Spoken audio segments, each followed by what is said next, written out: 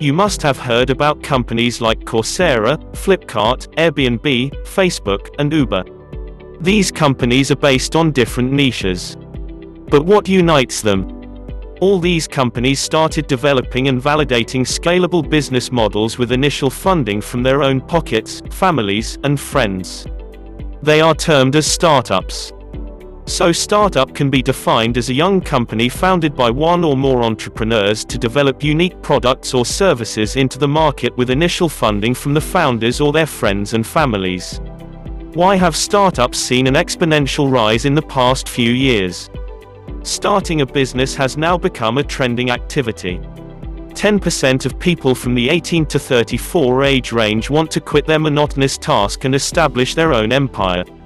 But even after knowing the risks involved in demand, technology, execution, and funding, why do they choose this path? Money matters. Traditional corporate ladder climbing doesn't suit them. Starting their own companies gives them an option to pursue their dreams rather than getting lodged in mundane activities. Easy availability of resources. The internet is surely a boon.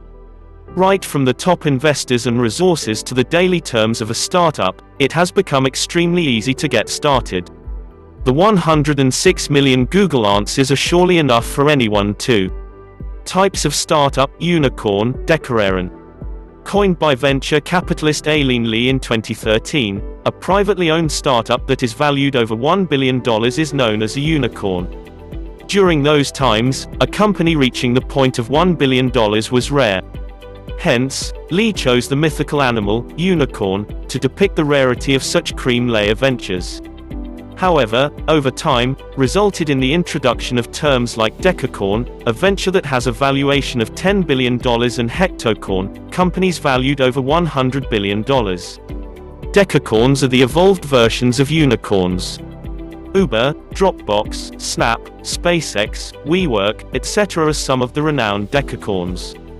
There are a total of 197 unicorns in the world, the top 5 worldwide being Uber, Didi Chuxing, Xiaomo, Meitu and Dianping, Airbnb.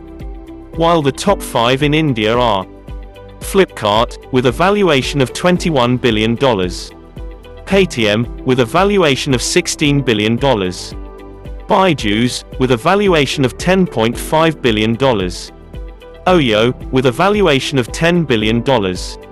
Snapdeal, with a valuation of $7 billion, and a report by CB Insights states that of the over 384 unicorns which exist globally, collectively valued at over $1.19 trillion, over 21 are decacorns, that have scaled over $10 billion in valuation in recent times.